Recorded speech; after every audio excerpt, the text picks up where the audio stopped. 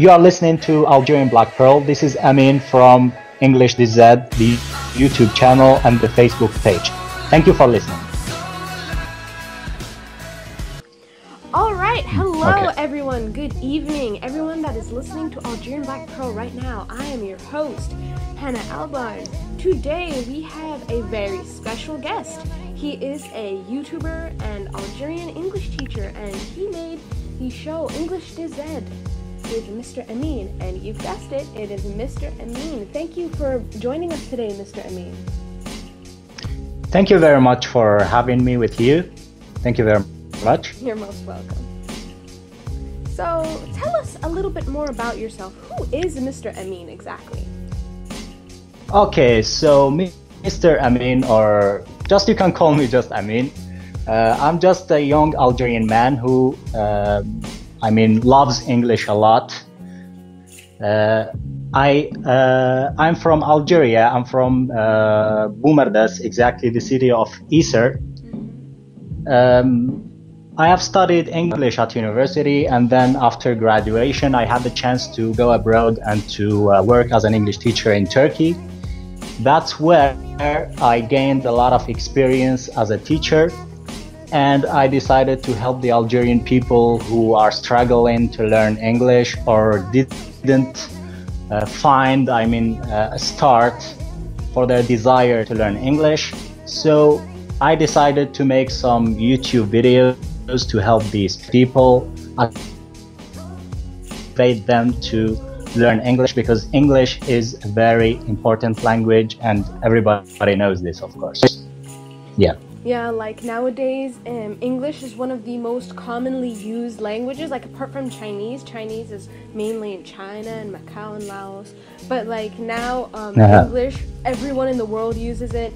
And you can, I don't know if you've noticed, but like, I'm pretty sure you have, but like in Algeria, the amount of people that are keen to learn English has increased rapidly, no?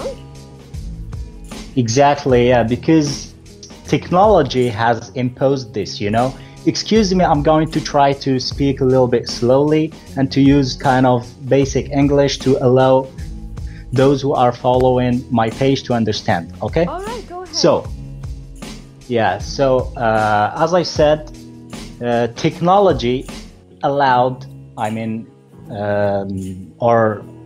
the world is open to technology. That's why people, not only Algerians, but all the people around the world started to pay more attention to English and to try to learn it, because it's like the language that is used by everyone in the world. And for example, if you use Facebook or if you use any website, the language of communication there will be English.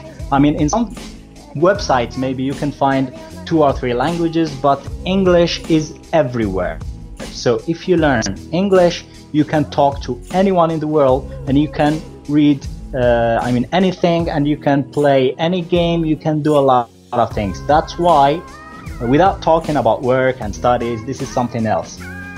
Just a simple person, a simple young Algerian who wants to do anything on the internet without going to any country, can use English to communicate with people online, as I said, to read, to play games. That's why recently we noticed that a lot of people, basically Algerians, are trying to learn English, and they started to realize that English is much more important than French.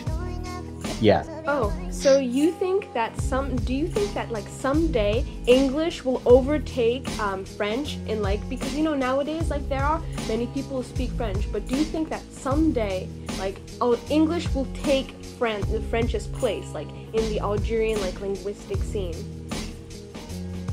Yeah, look, French wasn't really our choice. We inherited it from the French occupation. So we didn't really choose to learn French as a second language. It was imposed. That's why we thought that it was important. But nowadays, as I said, we realize that French is not that important in the world, but English is much, much more important. So I hopefully we will, we will reach the day when our authorities or those who are in charge of education in Algeria would replace French with English, because it will open many doors to our young people and our country will be much more. Yeah, this is what I think. Most definitely, like if we have English as a second language here in Algeria, that could like attract a lot of people to come here to our country, like as tourists and do business and all sorts of stuff. Like nowadays we do have an say someone wants to come to Algeria, there is like a language barrier. Like not everyone speaks Arabic and not everyone speaks French, but like having the young people like acquire the English language and being able to use them amongst like everyone, then that would, and since the young people are like the future leaders, future everything, like all of the future leaders shall be us, people like us, people even younger than us.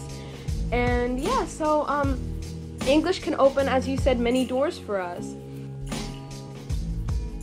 Yeah, because as I said,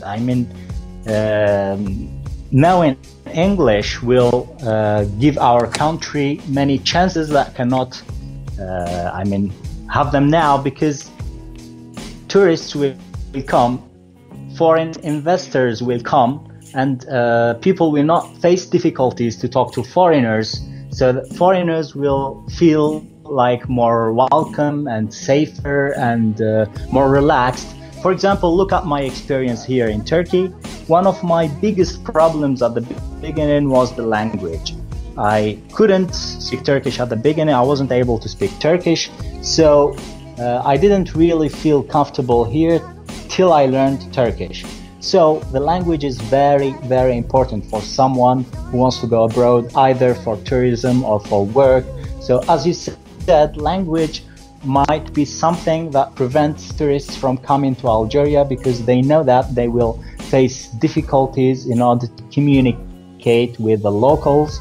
So if our country gives more importance to English, if our young people learn English, we will have a future generation which is able to communicate in English. This will attract more people, tourists or investors, or so knowing the language is very, very important. Like personally myself, I have been to Turkey as well, and I do know exactly what you've been through with Turkish. Like mostly, barely anyone speaks English. Like I remember only like people who worked in hotels, and very, very, very few people like workers outside like knew English, and most of the people who actually knew English were the youth. Like for example, in one shop I found a young girl, probably my age or so. She was in a shop and she spoke English, and I was very surprised that there was at least someone in Turkey being able to speak English. And so basically, excuse me. Yeah, what I wanted to say is that the young generation in Turkey now is learning English because Turkey realized how much English is important. For example, I've been teaching at some high schools and middle schools, even primary schools in Turkey, and now the children or the teenagers speak English better than the older ones. You know why? Because they are having an intense education of English. This is because the government wanted this, because they realized the importance of English. This is what we want our government to do the same as Turkey, to give more importance to English so that we can develop our country and attract more foreigners to come. But nowadays in Algeria, I have noticed that English is being taken care of like in a more serious manner, but not as much as we want it to be. Do you think so? Mm-hmm. I will tell you.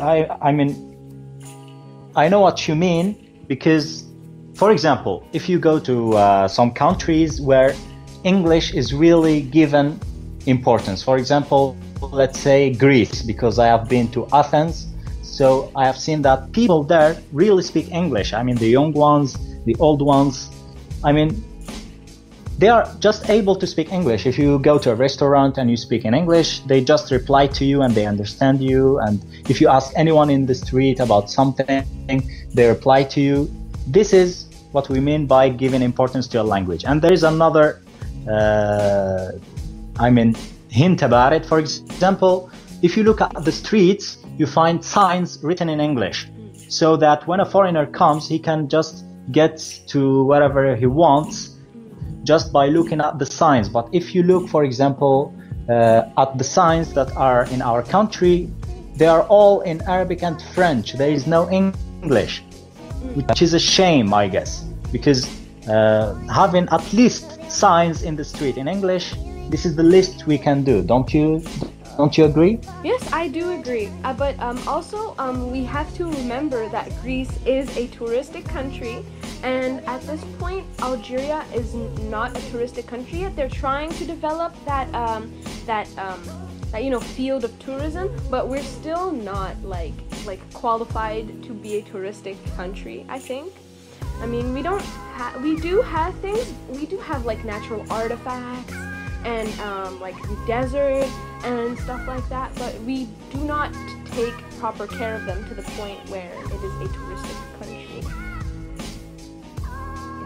Yeah, the problem is not in what we have. I'm sure that we have a lot of things that are much more beautiful and attractive than other countries. I've seen like what Turkey has and what Greece has. It's not that great naturally. I mean, it's all made by people who really care about tourism. But the thing that we have, the problem that is like a pitfall that is stopping people from coming to our country first is the visa. It's very hard to get the Algerian visa, believe it or not. I've spoken to many Turkish people. Yeah, and they said the Algerian visa is so difficult. For example, Turkish people can go to Tunisia and Morocco without a visa, and even Moroccans and Tunisians can go to Turkey without a visa. But Algerians are the only ones, compared to Moroccans and Tunisians and many other Arab countries, who are required to get a visa. Now Turkey is making the visa more difficult for Algerians because Algeria has made visa more difficult for Turkish people. So this is just an example. The visa must be easier if you really want to attract tourists. Of course, this is not our topic. Our topic is in English. This is just the beginning, just to answer to add something to what you said.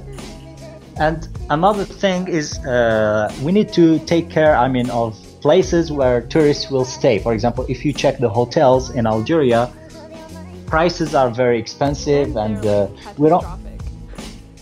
Yeah, we don't really have hotels here. We don't have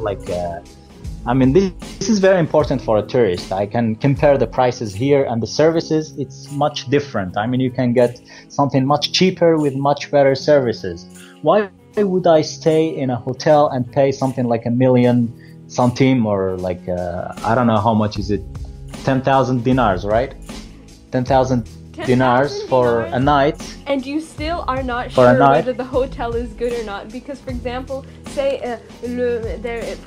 let's say here in Algiers we have Sheraton and Hilton, which is like now closed for renovations, and they're like over 20,000 dinars, which is in Arabic we say 20 million, over that.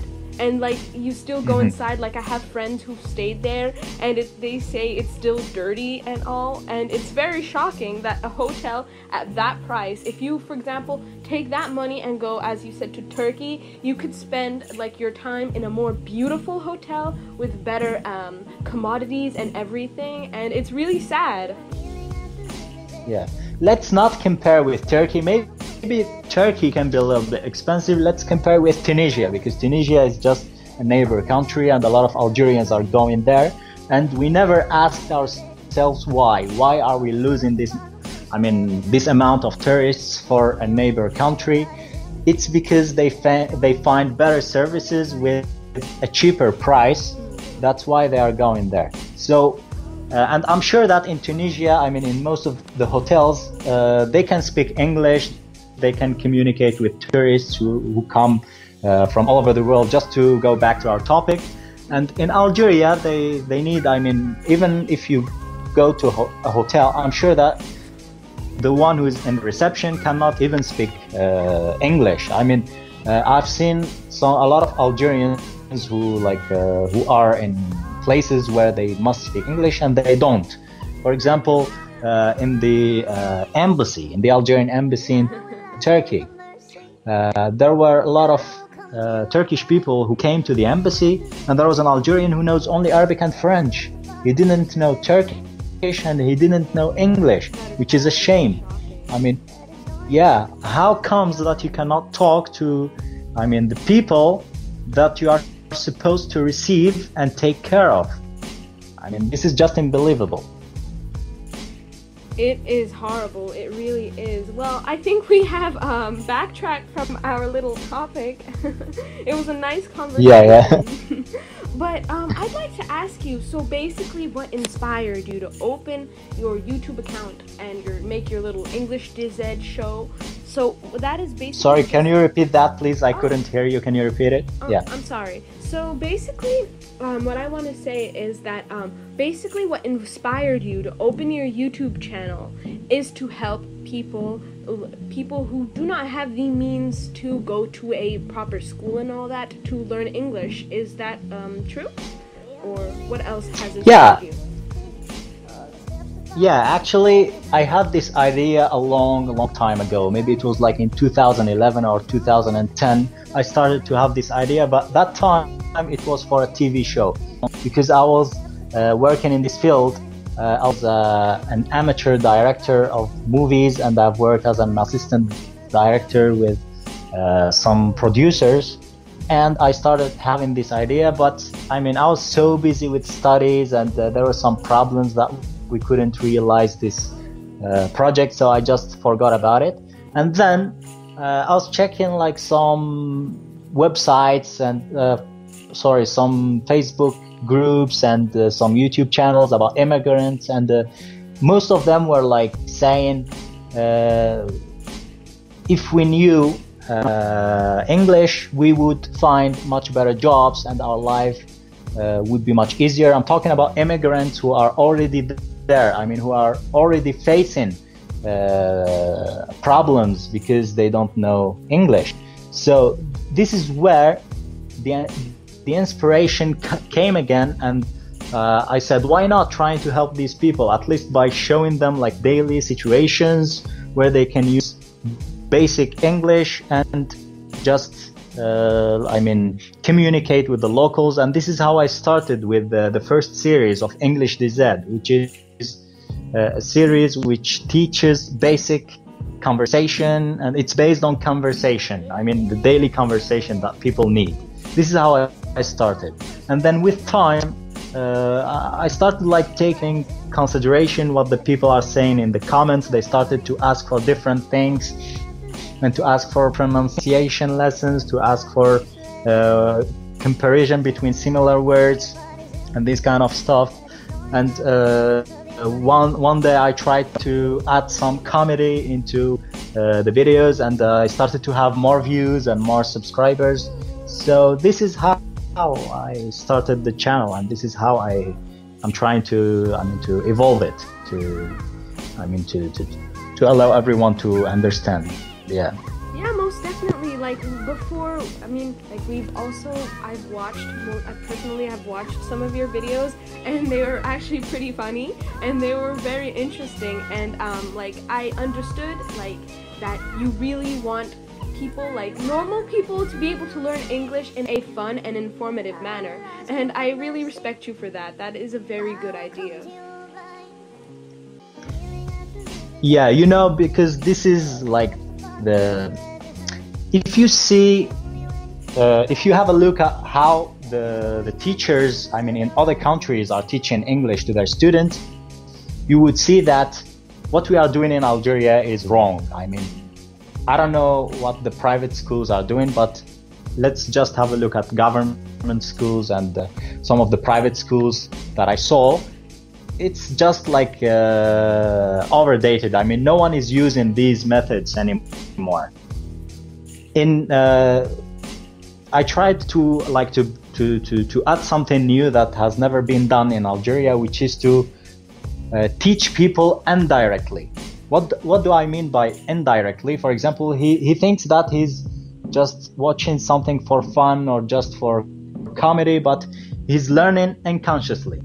Like this video of جزائري الذي اخترع الإنجليزية الأمريكية, the Algerian who invented the American English. Of course, this story is not true. It's not a real story, but he's watching the story, he's enjoying, and he's learning at the same time, and he's laughing. Like this is the idea.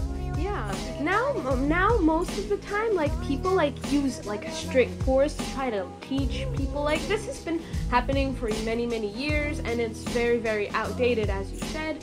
Like, being strict and having a boring thing, like boring lessons. You just give books, do book reports, do a summary. These stuff are really boring, and it's a very good initiative that you took to be able to teach students while incorporating humor, like, so that they can pick up English in an innate manner, like, without them noticing. But I'd like to ask you something. Have you faced any difficulties while making your YouTube channel? Like, have you faced any difficulties throughout your career? Okay, let me answer your first question. Difficulties while running my YouTube channel. Actually, some people maybe can stop after a while. For example, they start doing something, and then when they notice that there aren't a lot of followers at the beginning or not a lot of views, they stop. I mean, this is the thing that let's say that a little bit had me like think over and say, am I doing something right? Like, I'm posting some videos, but I'm having like 100 view maximum in a video, and I'm not having a lot of subscribers. Like, I struggled a lot to get like my first 1,000 subscribers. So these are the difficulties. I mean, having the people's attention, because, you know, at the beginning, people are not that interested to what you are doing till you have, a lot of views and a lot of subscribers. That's when they start giving more importance to what you are doing. So yeah, this was the first difficulty that I faced. For my career, as any Algerian, you might face some difficulties at the beginning, but let's say I was kind of lucky because I had a chance to go to Turkey after just maybe 6 months after graduation. So yeah, let's say I haven't faced that much of trouble that Algerian young people are facing nowadays. But of course, Turkey is not heaven. I've faced a lot of difficulties here, and it's not that great as people think. So yeah, these are the difficulties. Like most countries, like for example, like most countries that you see, like visiting a country or seeing it on television is not the same as living there. And everyone has this misconception, especially here in Algeria. They think, oh, like Europe, the US, it's another country, it's in Europe, it's the best, or it's in the western side of the world, it's very great or something. But it is a modern misconception here in Algeria that most young people have, that living in other countries is the same as seeing them on TV and stuff. And it's quite sad that people have this idea. But yeah, yeah, I wanted to say something about that, of course, because people have a very negative image about Algeria. That's why they see any country which is abroad better than Algeria. This is like the idea that we have in our mind, that whenever we go abroad, it's another life, it's a better life, and it's heaven. which is very wrong. I know a lot of people who went even to Europe, to the best countries in the world, but it depends on your own lifestyle and what you are doing. I mean, some people can live in the same building, in the same country, but they have very different situations because they have a very different state of mind. One of them is positive, one of them is trying to work and to earn money and to have a better life, and the other one is so negative.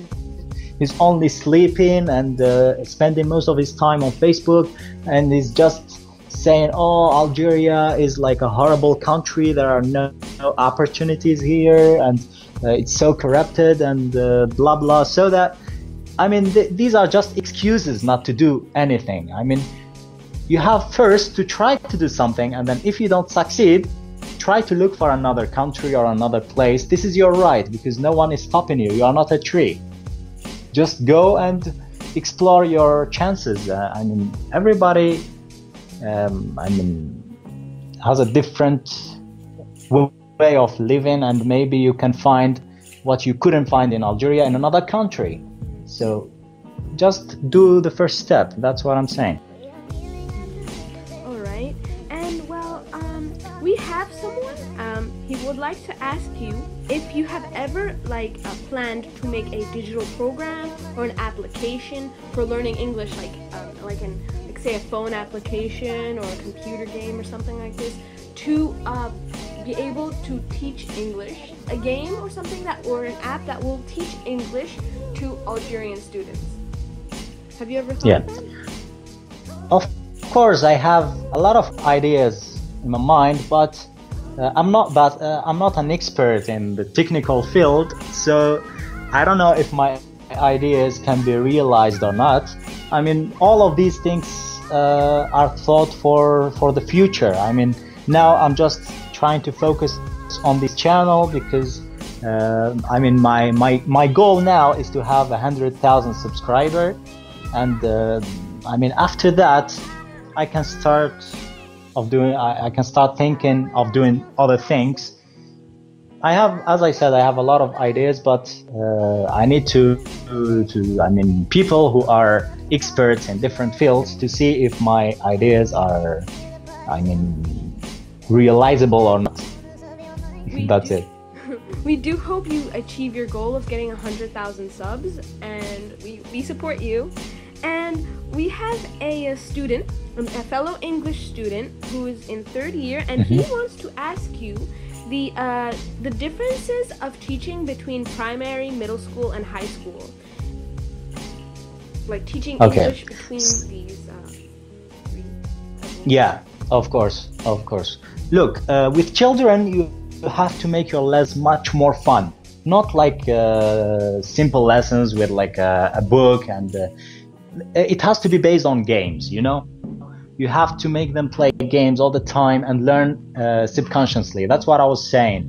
Like, not direct teaching, like indirect teaching. For example, they can draw, they can listen to, I mean, to educational songs, they can watch educational videos, they can even watch just like I mean, a movie which is for children, and there are a lot of techniques how to make them interact with these videos and media, and how to teach them without them feeling that they are learning. This is how I was teaching primary students. For middle school students, I mean, in Turkey, you know, middle school students are kind of still children. It's like primary, because in Turkey, primary school is till 4th grade. So from the 1st till 4th grade, it's primary, and then 5th, 6th, 7th, and 8th, it's middle school. And then they have 4 years in high school, so it's different. So the middle school students in Algeria are in Turkey, are kind of children. So the same thing with primary is applicable to them. For high school, it's really hard because you have to be updated. I mean, you have to tackle topics that are like recent, because you know these students of this age are very interested in what's happening in the world, and education is their last concern. They don't care about education, they don't care about anything in the world. They just, I mean, start to discover relationships and these kind of stuff. So this is their main focus. So the topics need to be like very interesting. For example, technology, cars, football, these kind of stuff. You can teach them English through these topics. I mean, the topics that can attract their attention. Yeah, this is the difference. For children, it's based on games. For high school students, it's based on new topics and recent things. All right, thank you for that question. We have another fan named Samir, and he'd like to ask you for some tips on how to get the IELTS English test. IELTS, the IELTS. I'm not really familiar. Okay, for the can you repeat again the acronym? Yes, the IELTS. Yeah. Do you mean the IELTS, the British test, like the TOEFL is the American test, and the IELTS is the... I presume so, yeah. For the IELTS and TOEFL, like they are asking me all the time to do something about them, but the funny thing is that I'm not experienced at all with these exams. I've never taught them and I've never had them, so I'm not the right person to help you with that. Oh well, that's unfortunate. It's okay. Sorry, Samir. Well, we have another fan named Abdul, and he asked if you have or would like to create a Skype group or a group chat or something for English learners here in Algeria. Okay, this was also asked by many fans, but the thing is that I don't really have that much time because, you know, I'm working and I mean, these days they are, I'm on vacation. That's why I'm like interacting more and posting more videos. But normally when I'm back to work, I mean, I don't even have time to breathe sometimes. You know, people in Turkey work really hard. So I don't really have time to put on a Skype or a Skype group or a WhatsApp group or anything like that. There are a lot of people even who asked me like to teach them, and they suggested to pay me money, and I refused it because I cannot do that. I just don't have enough time for that. The only time I find is for a video. Like for example, if I have like an hour a day, I prefer to shoot like a short video and to make a very quick editing and to put it online so that a lot of people can benefit from it.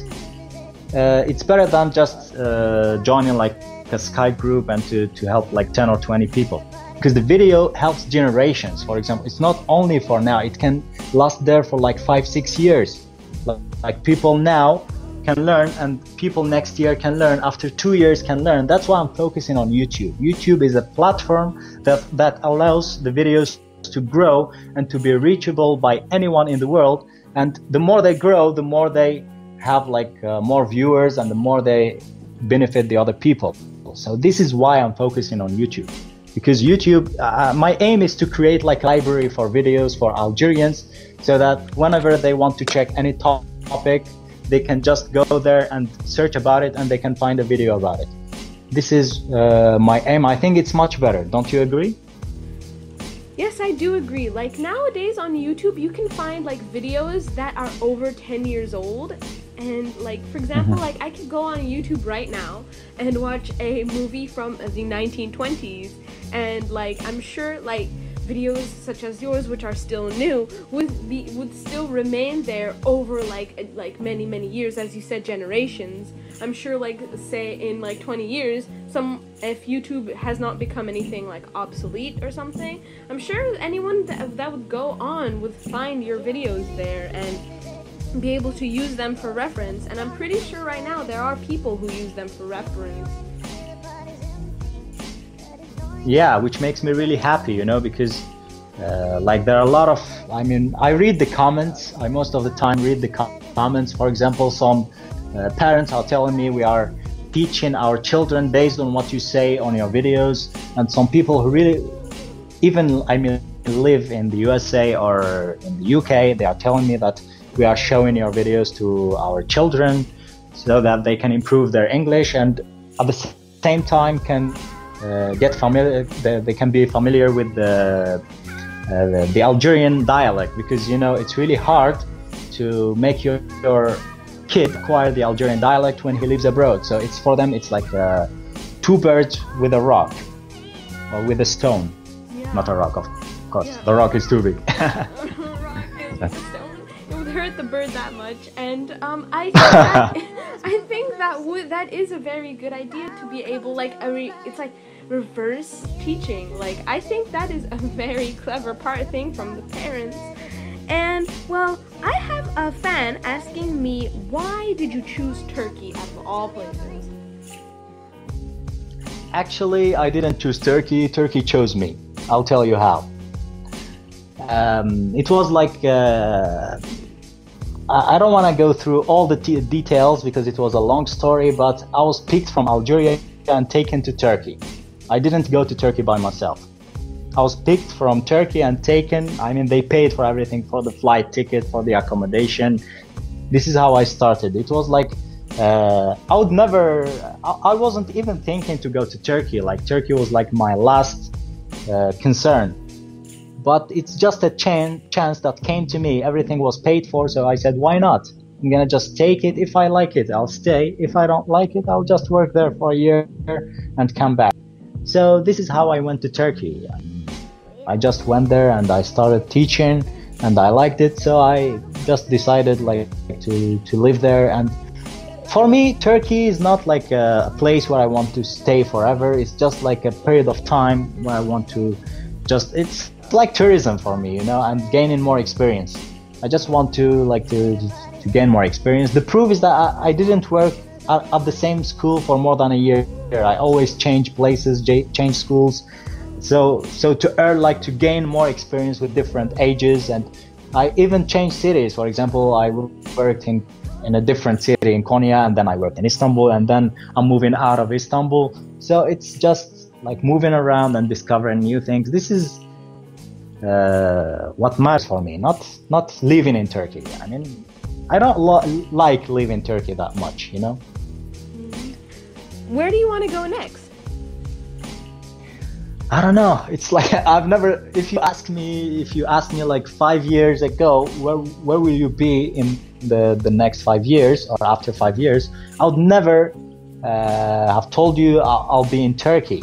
So let's just keep it for the future. I mean, only God knows. I mean, if I had the choice, I would go to a native-speaking country like England or the USA or I don't know, or Australia, because it's gonna be much better for me. But yeah, this is like what I have for now, and I'm happy with it. We're glad.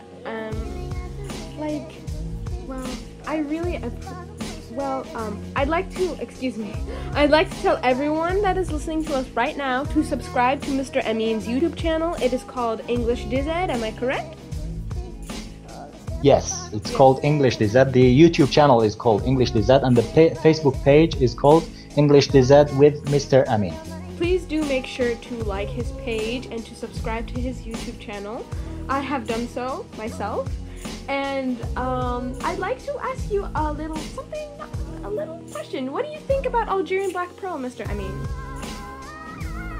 About your radio station? Yes, about our little radio. I was really happy when you contacted me and you told me that there is a radio station in Algeria, an English-speaking radio station in Algeria. I was really happy and excited.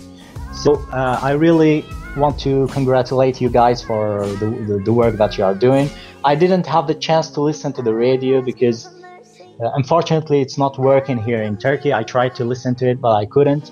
So I hope you can do something about that so that Algerians who live abroad will be able to listen to it, because it's like a good link for them. I mean, especially those who are in the USA and have been living there for a long time. Maybe they cannot understand the Algerian dialect well, so that they can listen to things about Algeria in English.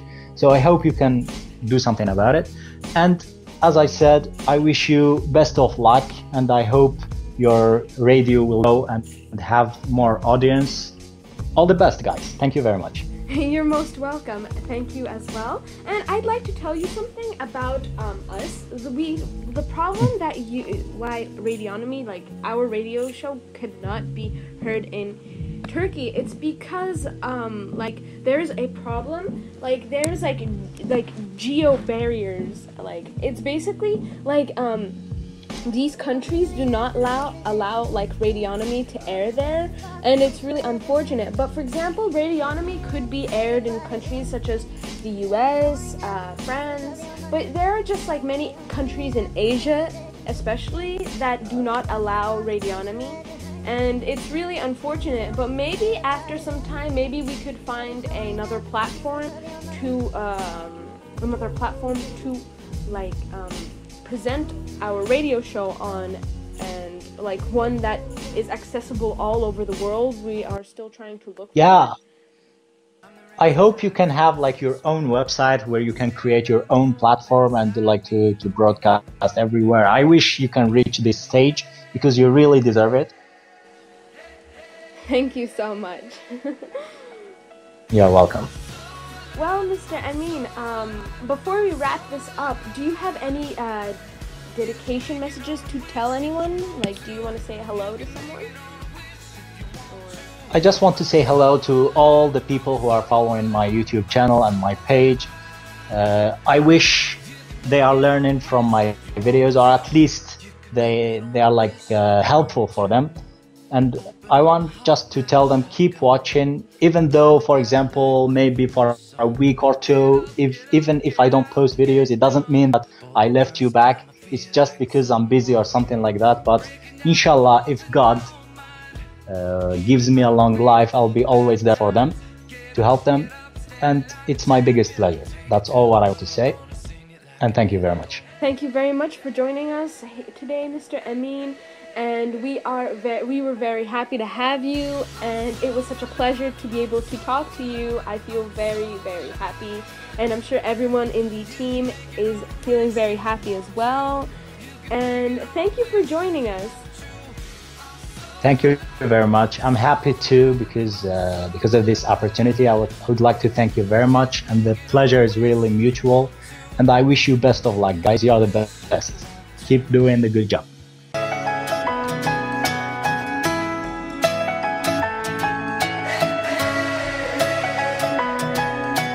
Never gonna live if you're too scared to die. I'm so